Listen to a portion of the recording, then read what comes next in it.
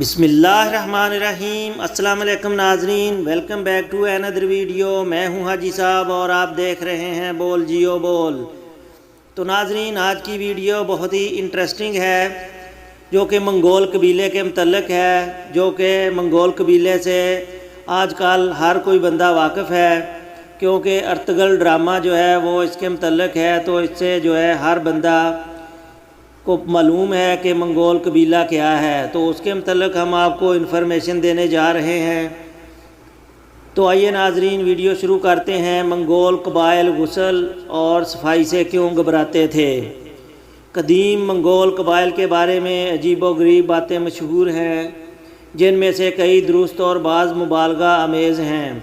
جنگجو اور سخت ماحول میں رہنے کے عادی منگول قبائل کے بارے میں یہ بات مشہور ہے کہ وہ نہاتے نہیں تھے۔ قدیم منگول قبائل گھوڑ سواری اور نیزہ بازی میں اپنی مثال آپ تھے۔ جنگجو لیڈر چنگیز خان بھی اسی قبیلے سے تعلق رکھتے تھے۔ چنگیز خان نے ٹکڑوں میں بٹے منگولوں کو ایک جھنڈے تلے متحد کیا، جس کے بعد یہ جنگجو اپنے وقت کی بڑی قوت رکھنے والی فوج بن گئے۔ منگول قبائل کے بارے میں تاریخی اعتبار سے یہ بات بھی مشہور ہے کہ وہ صفائی پسند نہیں کرتے تھے اور طویل عرصے تک ایک ہی لباس میں رہتے اور زندگی میں ایک آدھ مرتبہ ہی نہایا کرتے تھے۔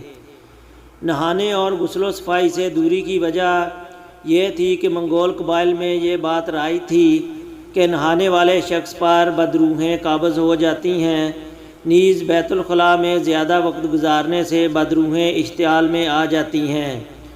یہی وجہ ہے کہ منگول غسل و صفائی سے دور رہتے اور جسم کی بدبو کے عادی ہو گئے تھے۔